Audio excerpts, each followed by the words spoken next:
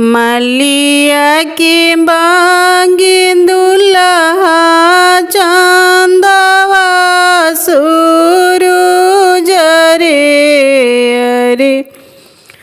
जावे राजे सदुल्हा पलंग डासायो रे अरे जावे राजे सदुल्हा पलंग डासायो रे पलंग डासायो दुल्हा पे निंदिया सोयो रे अरे आपे निंदिया सोए दुल्हा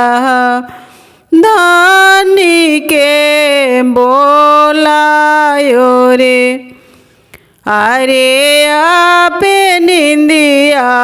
सोए दुल्हा धानी के बोलायो रे सुपुली खेलाता धनिया पे चाली आयो रे अरे हाथ वाला पाई दुल्हा जांगे बैठायो रे अरे हाथ वाला पाई दुल्हा जांगे बैठायो रे अरे तोरा नई हरवा सुभावा छुड़िया मोर हेरैले रे अरे तोरा नई हरवा सुभावा छुड़िया मोर हेरैले रे कार्तिकेरा छुरिया दुल्हा कार्तिके में आना रे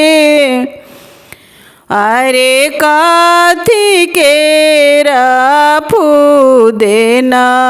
जड़े हीरा लाल रे अरे कार्तिकेरा फूदेना जड़े हीरा लाल रे सोने केरा चूड़िया सुभावा रूपे के में आना रे अरे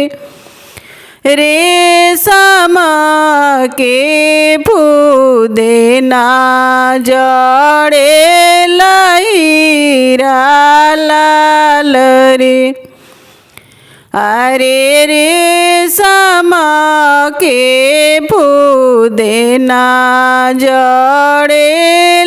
हीरा लाल रे झूठा तोरी बोलिया दुल्हा झूठा तोरे जबान रे अरे झूठा के जामल का दुल्हा झूठा बोलिया बोले रे अरे झूठा के जामल का दुल्हा झूठा बोलिया बोले रे लोहे के चूड़िया दुल्हा